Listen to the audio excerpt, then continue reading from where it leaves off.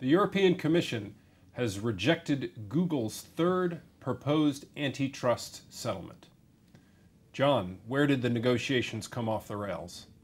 Well, both Google and Joaquin Almunia, the European Competition Commissioner, wanted to settle. They'd agreed a formula by which Google adjusts its search results in Europe to take account of some complaints from rivals.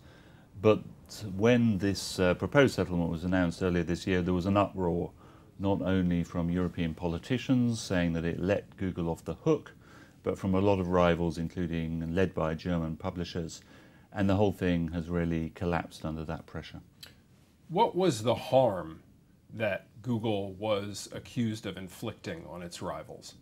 Well, the rivals say Google has changed the way it operates. It used to be a simple search engine with a list of blue links, and Google has switched from that into much more of an information providing service, where if you ask for the weather, for example, it doesn't just provide you with a link to a weather service, it shows the weather. And a lot of rivals, particularly vertical shopping sites and competitors to Google's smaller competitors, felt that Google was essentially cutting them out of the loop and taking away the revenue they got from those links. So Google is so ubiquitous in search and has so much share, you can sort of see the logic of saying that they have dominance at the point of entrance to the internet, and that dominance could possibly be abused. But you don't take that view. You don't think Google is a utility, as it were. No, I think Google is clearly dominant in general search. It has something like a 70% market share. But the test really is whether or not it's a utility-like entrenched monopoly that nobody can really compete with it effectively.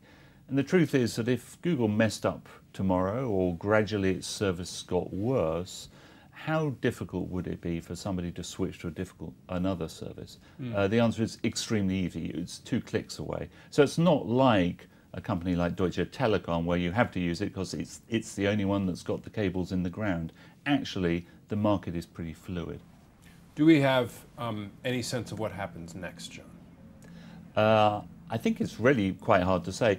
One of the reasons for that is because the current European Commission is winding down and Mr. Almunia is going to be replaced by a new competition commissioner. I think the assumption is there is going to be such pressure, particularly from France and Germany, that Google is going to be forced into a much more formal inquiry, which it's been trying to avoid, and possibly a large fine. Thanks very much.